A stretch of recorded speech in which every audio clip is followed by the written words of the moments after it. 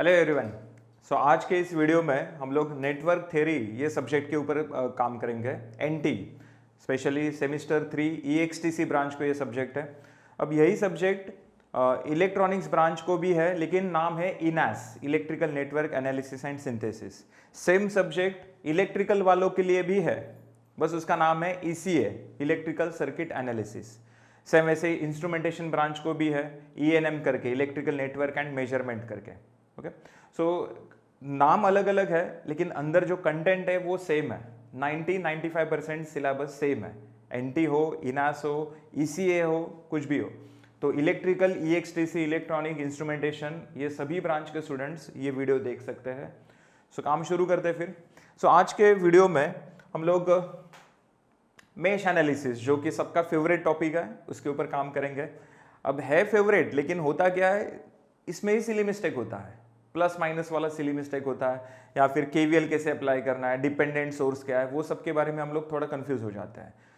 सो ये सब्जेक्ट जो है, बच्चे बोलते कि सर ये तो बीडब्ल्यू जैसा ही है। बीडब्ल्यू जैसा ही है, लेकिन यहाँ पर सिर्फ फर्स्ट चैप्टर ही मैच कर रहा है। नेटवर्क थ्योरम जो टॉपिक है वही सिर्फ यहाँ पर बीडब्ल्यू के साथ मैच कर रहा है। आगे का जो पूरा सिलेबस है वो टोटली डिफरेंट है, जिसमें ग्राफ थ्योरी है, टाइम डोमेन एनालिसिस है, फ्रीक्वेंसी डोमेन एनालिसिस है, टू पोर्ट नेटवर्क है, नेटवर्क फंक्शन है, नेटवर्क सिंथेसिस है। सो ये बाकी का जो सिलेबस है वो पूरा का पूरा डिफरेंट है, बीडब्ल्यू के साथ बिल्कुल मैच नहीं करता है। सो स्टार्ट करते फिर। सबसे पहले देखते हैं कि इसमें कंपोनेंट्स कौन से है। 4 ओम, 2 ओम, 3 ओम, ये सब रेजिस्टर्स है, बराबर। 20 वोल्ट ये वोल्टेज सोर्स है, बैटरी है। इसमें ये बड़ा लाइन का इंडिकेट करता है वोल्ट प्लस, एंड छोटा लाइन का इंडिकेट करता है माइनस, प्लस माइनस। वहां पर लिखा तो भी चलेगा, नहीं लिखा है तो भी चलेगा। नेक्स्ट, ये जो सोर्स दिख रहा है ये पता है सबको, करंट सोर्स है। करंट में डायरेक्शन होता है ना, upwards, downwards, towards left, towards right. So ये कौन है, current source, 5 ampere and 20 volt voltage source. ये तीनों रेजिस्टर्स है। ये दोनों कौन है, ये है डिपेंडेंट सोर्स। अब 4 टाइप के डिपेंडेंट सोर्स है। Voltage dependent voltage source, voltage dependent current source, current dependent current source, current dependent voltage source. 4 type से इसमें। अब कैसे आइडेंटिफाई करने का, देखो डिपेंडेंट सोर्स जो है वो हमेशा डायमंड शेप में होता है। आप लोग कार्ड्स खेलते हो ना, पत्ते खेलते हो अपन, बराबर। सो उसमें देखो किल्वर रहता है, स्पिक रहता है, चौकट रहता है, बादाम रहता है। सो जिसको हम लोग इंग्लिश में क्या कहते हैं, इसको हिंदी में हम लोग चौकट, मराठी में चौकट म्हणतात, लेकिन इंग्लिश में इसको हम लोग डायमंड कहते हैं, डायमंड। सो डायमंड दिखाना मतलब वो डिपेंडेंट है, इतना याद रखो। सो ये दोनों डायमंड शेप में डिपेंडेंट सोर्स है। अब उसके अंदर देखो प्लस माइनस लिखा है, मतलब ये वोल्टेज सोर्स है, करेक्ट। और उसके साइड में क्या लिखा है, 3ix। अब इसमें 3 तो कांस्टेंट है, ix, I फॉर करंट होता है। सो ये जो सोर्स है ये डिपेंडेंट है, वोल्टेज सोर्स है, और वो डिपेंड किसके ऊपर है, करंट के ऊपर डिपेंड है। मतलब इसका नाम क्या रखेंगे, current dependent voltage source. Similarly ये भी कौन है, वोल्टेज सोर्स, प्लस माइनस लिखा है, डिपेंड किसके ऊपर है, करंट के ऊपर, करंट डिपेंडेंट वोल्टेज सोर्स। अब ये वाला सोर्स जो है वो ix के ऊपर डिपेंड है, और ये ix जो है वो 4 ओम में से फ्लो हो रहा है। और ये वाला सोर्स IY के ऊपर डिपेंड है, जो कि 3 ओम में से फ्लो हो रहा है। सो IX एंड IY ये भी क्वेश्चन में मेंशन किया है कहां पर फ्लो हो रहा है। सो चलो फिर स्टार्ट करते हैं। सबसे पहले आपको इसमें नंबर ऑफ मेशेस देखना है। सो नंबर ऑफ मेशेस देखो इसमें कितना है, 1 2 3 मेशेस है। सो 3 मेश करंट यहां पर एज्यूम करेंगे क्लॉकवाइज डायरेक्शन में। सो ये लिया मैंने I1, ये सेकेंड मेश करंट लिया I2, and third mesh current लिया I3। सो 3 करंट्स मुझे यहाँ पर एज्यूम करना है क्लॉकवाइज डायरेक्शन में। अब इसमें सीक्वेंस आप कैसा भी रखो कुछ फर्क नहीं पड़ेगा, ये I1 या I2 या I3, या फिर ये I1 या I2 I3, सीक्वेंस कैसा भी रखो कुछ फर्क नहीं पड़ेगा। सो मैंने यहाँ पर ये फर्स्ट I1 लिया, ये I2 लिया और ये I3 लिया। चलो अब इसके बाद KVL अप्लाई करते हैं। Kirchhoff's voltage law, sum of voltage drops is equals to sum of voltage sources. अब ये KVL हम लोग कहाँ पर अप्लाई कर सकते हैं, कहाँ पर अप्लाई नहीं कर सकते। जिस मेश में करंट सोर्स प्रेजेंट होता है वहां पर केवीएल अप्लाई नहीं कर सकते। जैसे कि देखो फर्स्ट मेश में कहीं पर भी आपको करंट सोर्स दिख रहा है क्या, नहीं दिख रहा है। अब बच्चे बोलते हैं सर ये तो करंट सोर्स है, IY लिखा है ना यहाँ पर। अरे वो सोर्स वोल्टेज है, वो डिपेंड करंट के ऊपर है ना, वो डिपेंड करंट के ऊपर है, लेकिन सोर्स कौन सा है, वोल्टेज। मतलब फर्स्ट मेश में कहीं पर भी करंट सोर्स नहीं है, केवीएल अप्लाई कर सकते हो। सो स्टार्ट कर रहा हूं। First KVL KVL for mesh 1, KVL for mesh 1. So बताओ KVL sum of voltage drops is equals to sum of voltage sources. Voltage drop के लिए रिस्पॉन्सिबल कौन होता है? रेजिस्टर रिस्पॉन्सिबल होता है. और वो कैसे कैलकुलेट करते हैं? I into R, current into resistance. So ये 4 ओम में से करंट कौन सा जा रहा है? I1. सो लिखो फिर यहां पर 4 इंटू I1. नेक्स्ट 3 ओम जो है वो मेश 1 एंड मेश 3 दोनों में कॉमन है. मतलब 3 ओम में से साइमल्टेनियसली दो करंट फ्लो रहा है, I1 एंड I3 दोनों फ्लो रहा है. सो यहां पर क्या लिखेंगे फिर? 3 into I1 minus I3. Next 2 ohm resistor mesh 1 and mesh 2 दोनों में कॉमन है. सो यहां पर दो करंट फ्लो रहा है, I1 भी और I2 भी. सो यहां पर क्या आएगा? 2 इंटू I1 माइनस I2. सबका एडिशन करेंगे. Sum of voltage drops is equals to sum of voltage sources. अब वोल्टेज सोर्स देखो, फर्स्ट मेश में आपके पास एक वोल्टेज सोर्स है, डिपेंडेंट हुआ तो क्या हुआ? वोल्टेज सोर्स है ना वो, करेक्ट. सो ये वोल्टेज सोर्स है, क्लॉकवाइज डायरेक्शन में चेक करो, minus two plus, that is rise in potential है. सो ये ले आएगा 5IY, 5IY है ना, माइनस टू प्लस जा रहा है. सो आगे बताओ फिर 4I1, 3I1, 2I1. अब कुछ कैलकुलेशन जो है वो अपने दिमाग में भी सॉल्व करना है. हर एक स्टेप अगर यहाँ पर लिखते बैठोगे बहुत लेंदी हो जाएगा. सो 3 से अंदर मल्टीप्लाई किया 3I1 माइनस 3I3, 2 से अंदर मल्टीप्लाई किया 2I1 माइनस 2I2. सो I1 वाले टर्म्स देखो कौन सा है? 4I1, 3I1, 2I1. सबका एडिशन किया, 4 प्लस 3 7, 7 प्लस 2 9. सो ये आ गया 9I1. Then 2 into minus I2, so minus 2I2. Sequence में लिखना है, पहले I1 फिर I2 फिर I3. Then 3 into minus I3 minus 3I3 is equals to 5IY. अब देखो मेरे पास मेशेस 3 है, मतलब इक्वेशंस भी 3 आने वाले, मतलब अननोन वैल्यूज भी 3 होना चाहिए, I1, I2, I3. लेकिन यहां पर अननोन वैल्यूज 4 है, I1, I2, I3, IY भी तो है. सो IY यहां पर प्रॉब्लम क्रिएट कर रहा है, तो इसको हम लोग फ्रॉम द सर्किट डायग्राम इसमें सॉल्व करेंगे. फ्रॉम द सर्किट डायग्राम सुनने में थोड़ा फनी लगता है, फ्रॉम द सर्किट डायग्राम.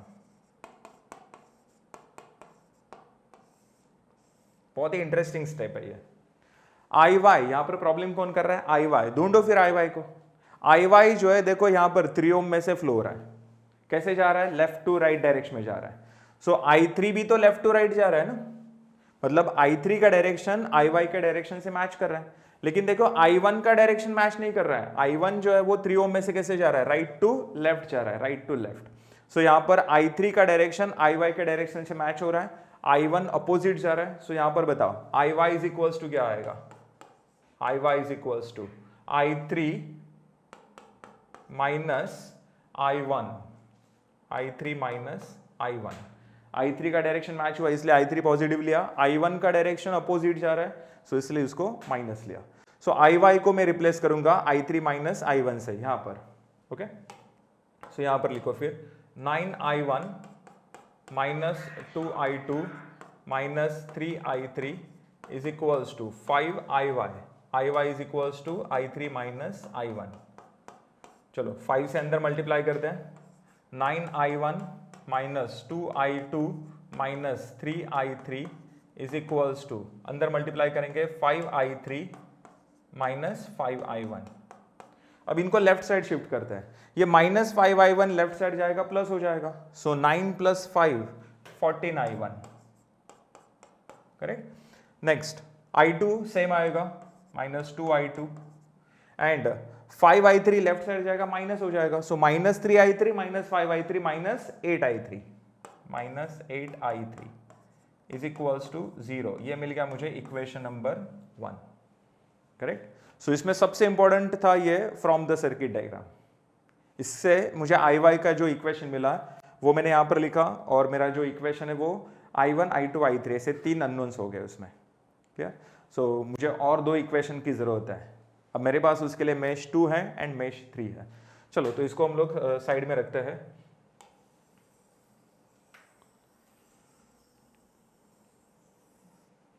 इसको हम लोग साइड में रखते हैं. सो ये अपना फर्स्ट इक्वेशन हो गया था।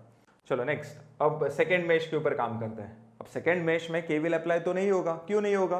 क्योंकि वहां पर करंट सोर्स है। मेश 3 में केवीएल अप्लाई नहीं होगा क्योंकि उसमें भी करंट सोर्स है।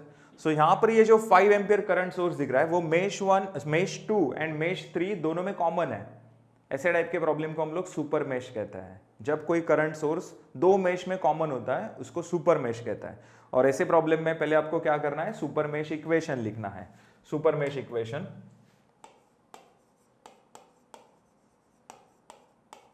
सुपर मेश इक्वेशन, इसका और एक नाम है करंट इक्वेशन। अब नाम से ही पता चल रहा है कि यहां पर जो आपको इक्वेशन लिखना है उसमें सिर्फ और सिर्फ कौन होगा? करंट होगा। सो बताओ, यहां पर 5 एम्पियर करंट सोर्स के लेफ्ट साइड I2 है, राइट साइड I3 है। दोनों में से किसका डायरेक्शन करंट सोर्स के डायरेक्शन से मैच करेगा? I3 का डायरेक्शन मैच करेगा। I2 तो अपोजिट जा रहा है। सो यहां पर I2 कैसे लेंगे? Negative, -I2 plus I3 is equals to 5। अब देखो, मैंने इसका नाम करंट इक्वेशन ऐसा क्यों रखा है? क्योंकि यहां पर जो भी दिख रहा है वो सभी के सभी करंट्स ही है। I2 करंट है, I3 करंट है, 5 एम्पियर ये भी तो करंट है। सो पूरे इक्वेशन में सिर्फ और सिर्फ कौन है? करंट्स है, इसलिए मैंने इसका नाम रखा करंट इक्वेशन। चलो, दो इक्वेशंस हो गया अपना। And last equation, KVL for outer loop, KVL for outer loop, KVL for outer loop of super meshes, of super meshes. अब यहां पर देखो, मैंने अगर सिर्फ इतना लिखा ना, केवीएल फॉर आउटर लूप, तो बच्चे कंफ्यूज रहते हैं कि अरे आउटर लूप मतलब सर्किट का आउटर लूप क्या? नहीं, सुपर मेशेस का आउटर लूप। मेरे पास 3 मेशेस है, 3 में से सुपर कौन कौन है? Mesh 2 and mesh 3। क्यों? क्योंकि दोनों में कॉमन करंट सोर्स है। मेश 1 सुपर नहीं है, मेश 2 एंड मेश 3 सुपर है, करेक्ट। सो उसके आउटर लूप को मैं केवीएल अप्लाई कर रहा हूं। लेकिन पहले चेक करो यहां पर आउटर लूप में कंपोनेंट्स कौन से आएंगे? कंपोनेंट्स आएंगे यहां पर 20 वोल्ट आएगा, 2 ओम आएगा, फिर 3 ओम होगा, फिर उसके बाद 3ix है, करेक्ट। सो ये सभी कंपोनेंट्स आउटर लूप में आएंगे। सो आउटर लूप को मैं केवीएल अप्लाई कर रहा हूं। स्टार्ट करूंगा मैं यहां से 2 से। सो 2 इंटू I2 माइनस I1, नीचे I2 है, ऊपर I1 है। सो यहां पर क्या आएगा? 2 into I2 minus I1। Next 3 into I3 minus I1, 3 into I3 minus I1, दोनों का एडिशन किया, दो ही तो रेजिस्टर्स है मेरे पास, इज इक्वल्स टू चेक करो वोल्टेज सोर्स ना, sum of voltage source. So clockwise direction में देखो 20 वोल्ट राइज इन पोटेंशियल है, सो प्लस 20 आ गए यहाँ पर। एंड 3ix ये भी तो वोल्टेज सोर्स है, क्लॉकवाइज डायरेक्शन में देखो कैसा है, +2 minus, that is fall in potential, -3ix, बराबर। चलो इसको सॉल्व करते हैं। सो 2 अंदर मल्टीप्लाई करेंगे, 2I2 minus 2I1, 3I3 minus 3I1। सो I1 वाले देखो दो टर्म्स है, -2I1 माइनस 3I1, सो -2I1 minus 3I1 minus 5I1, correct. फिर उसके बाद 2I2 प्लस आएगा, ये 3I3 ये भी प्लस आएगा, okay, is equals to 20 minus 3ix। अब यहां पर भी देखो अननोन वैल्यूज 3 है, I1 I2 I3 3 होना चाहिए, लेकिन यहां पर ix भी तो आ रहा है। सो ix के लिए हम लोग क्या करेंगे? फ्रॉम द सर्किट डायग्राम, जैसे हमने IY के लिए किया था। सो यहां पर फ्रॉम द सर्किट डायग्राम, इसको मैं शॉर्टकट में FCD कहता हूं, FCD। सो ix प्रॉब्लम कर रहा है ना, ढूंढो फिर ix को। ix जो है वो 4 ओम में से फ्लो रहा है, ix का डायरेक्शन और I1 का डायरेक्शन दोनों सेम है। सो यहां पर क्या आएगा? ix is equals to I1। अगर डायरेक्शन अपोजिट होता तो माइनस साइन लेते हैं। सो ix I1 सेम डायरेक्शन है, सो इसलिए पॉजिटिव आ गया। चलो ix को हम लोग रिप्लेस करेंगे यहां पर I1 से। सो नेक्स्ट स्टेप में आएगा ये -5I1 plus 2I2 plus 3I3 is equals to 20 minus 3I1। अब -3I1 लेफ्ट साइड जाएगा तो प्लस हो जाएगा। So -5I1 plus 3I1 minus 2I1 plus 2I2 plus 3i3 is equals to 20। ये मिल गया मुझे इक्वेशन नंबर 3, करेक्ट। अब मेरे पास 3 इक्वेशंस है, कैलकुलेटर भी है मेरे पास, सॉल्व कर सकते हैं साइमल्टेनियस इक्वेशन। अब इसमें देखो i1 i2 i3 okay and is equals to constant ना। सो पहले कोएफिशिएंट्स देखो। फर्स्ट इक्वेशन में i1 का कोएफिशिएंट कितना मिला 14, i2 का -2, i3 का -8 is equals to 0। Next second equation में i1 का कोएफिशिएंट 0, i2 का -1, i3 का 1 एंड इज इक्वल्स टू कितना है 5। एंड थर्ड इक्वेशन में i1 का कोएफिशिएंट -2, i2 का 2, i3 का 3 and is equals to 20, correct. So ये ऐसा इक्वेशन हम लोग कैलकुलेटर में पुट करेंगे। सो इक्वेशन मोड में जाना है, 3 अननोन वैल्यूज है। सो फर्स्ट 14 -2 -8 0, सेकेंड में 0 -1 1 एंड 5 एंड थर्ड में -2 +2 3 and 20। So first answer I1 is equals to 5 ampere, I2 is equals to 3 ampere and I3 is equals to 8 ampere. So ये मिल गया मुझे I1, I2, I3 के answers, बराबर। चलो अब इसको मैं यहाँ से निकाल देता हूँ। अब अपना क्वेश्चन सॉल्व करते हैं। अपना क्वेश्चन क्या था, find Ix and Iy। So Ix and Iy मुझे यहां पर कैलकुलेट करना है। So Ix is equals to I1 ना, Ix is equals to I1 and I1 is equals to कितना है 5 ampere. So Ix is equals to मिल गया मुझे 5 एम्पियर। अब करंट कैलकुलेट किया मतलब डायरेक्शन शो करना पड़ेगा। अब डायरेक्शन के लिए ज्यादा दिमाग मत लगाओ, डायग्राम में देखो Ix का डायरेक्शन कैसा दिया है, लेफ्ट टू राइट। सो यहां पर भी फाइनल आंसर के आगे शो करो लेफ्ट टू राइट। फिर उसके बाद Iy। अब Iy इज इक्वल्स टू हमने इक्वेशन क्या लिया था, I3 minus I1, I3 minus I1। I3 का वैल्यू कितना है 8, I1 का वैल्यू कितना है 5।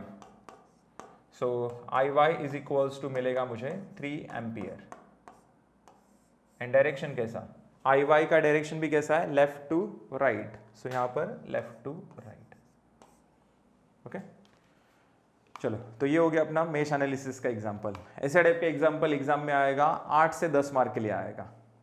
मेश या फिर नोडल दोनों में से एक क्वेश्चन तो कंफर्म आता है, और जिसका मेश नोडल परफेक्ट होगा उसका superposition theorem, Thevenin theorem, Norton theorem, maximum power transfer theorem, ये चारों थ्योरम्स ऑटोमेटिकली परफेक्ट होंगे, क्योंकि मेश एंड नोडल ये दो कंसेप्ट ही आपको आगे थ्योरम्स में यूज करना है। तो मेरे हिसाब से आप लोगों ने पहले मेश नोडल के ऊपर बहुत प्रैक्टिस करना चाहिए, सभी टाइप के एग्जांपल्स कवर करना चाहिए, और फिर उसके बाद थ्योरम्स को स्टार्ट करो। अब देखो यहाँ पर हम लोग ये जो एक वीडियो देखा है, एक वीडियो से आपको बस ट्रेलर पता चलेगा कि ये सब्जेक्ट एग्जैक्टली है क्या। सिर्फ एक लेक्चर या फिर एक एग्जाम्पल सॉल्व करके कुछ होने वाला नहीं है। इसके लिए आपको अच्छे से प्रैक्टिस करना पड़ेगा। कम से कम हर टॉपिक के 10-15 एग्जाम्पल्स आपको सॉल्व करना है। जैसे कि मेश एनालिसिस परफेक्ट करना है तो मिनिमम 10 to 15 एग्जाम्पल सॉल्व करना है। सेम वैसे nodal, superposition, Thevenin's. So practice next level का होना चाहिए आपका, डेंजरस प्रैक्टिस आपको करना है। अब उसके लिए देखो बेस्ट ऑप्शन है एप्लीकेशन का। आर्केडमी का जो एप्लीकेशन है वहाँ पर नेटवर्क थ्योरी के रिकॉर्डेड वीडियोस अवेलेबल है, प्लस जो लास्ट ईयर जो लेक्चर्स हुए थे उसके भी रिकॉर्डिंग्स अवेलेबल है, प्लस अभी जो लेक्चर चालू है उसके भी रिकॉर्डिंग्स वहाँ पर अपलोड होते रहते हैं। तो आपके पास दो ऑप्शंस है। एक तो आप एक्चुअली 3 ऑप्शंस है। एक तो आप लोग ऑफलाइन बैच ज्वाइन कर सकते हो जो कि ठाणे में होता है अपना। नेक्स्ट है आपके पास ऑनलाइन का ऑप्शन। सो अपना जो लेक्चर है एवरी सैटरडे लेक्चर होता है। सो ये लेक्चर आप लोग ऑनलाइन मोड में भी ज्वाइन कर सकते हो, लाइव लेक्चर, करेक्ट। या फिर नेक्स्ट ऑप्शन है आपके पास एप्लीकेशन का। सो एप्लीकेशन में हमने ये सभी लेक्चर्स, सभी एग्जाम्पल्स रिकॉर्डेड फॉर्मेट में वहाँ पर अवेलेबल किए हैं। सो डिस्क्रिप्शन बॉक्स में देखो आपको आर्केडमी के एप्लीकेशन का लिंक मिलेगा। एप्लीकेशन इंस्टॉल करने में या फिर बाय करने में, परचेस करने में अगर किसी को कुछ प्रॉब्लम आ रहा है तो वहाँ पर हेल्पलाइन नंबर भी दिख रहा है। सो उस नंबर पर आप लोग कांटेक्ट करो, आपको जो भी प्रॉब्लम आ रहा है उसको सॉल्व करने की हम लोग कोशिश करेंगे। सो मिलते हैं फिर ऐसे ही। ये जो वीडियो है ये आपके सभी फ्रेंड्स को, आपके कॉलेज में सभी फ्रेंड्स को ये फॉरवर्ड करो। जो भी स्टूडेंट EXTC ब्रांच का है, इलेक्ट्रिकल ब्रांच का है, इंस्ट्रूमेंटेशन ब्रांच का है या फिर इलेक्ट्रॉनिक्स ब्रांच का है, उसको सेमेस्टर 3 में ये सब्जेक्ट है।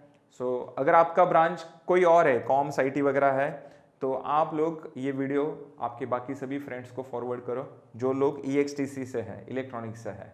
So thank you very much. ऐसे ही हम लोग और भी बहुत सारे वीडियोस लेके आएंगे। सो चैनल को सब्सक्राइब करो, वीडियो को लाइक करो और ये वीडियो आपके सभी फ्रेंड्स को जितना हो सके उतना शेयर करो।